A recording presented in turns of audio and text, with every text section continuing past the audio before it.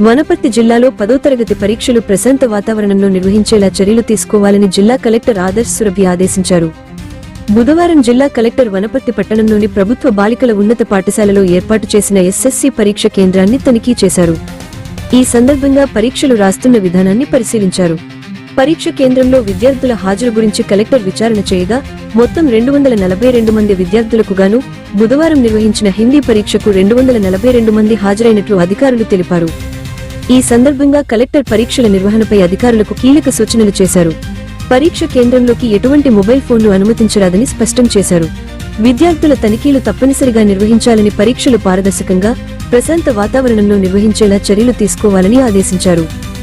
అదేవిధంగా పరీక్షల నిర్వహణలో ఎటువంటి తప్పులు చోటు చేసుకోకుండా అధికారులు అప్రమత్తంగా ఉండాలని, విద్యార్థులకు ఎలాంటి ఇబ్బందులు కలగకుండా అన్ని ఏర్పాట్లు చేయాలని సూచించారు.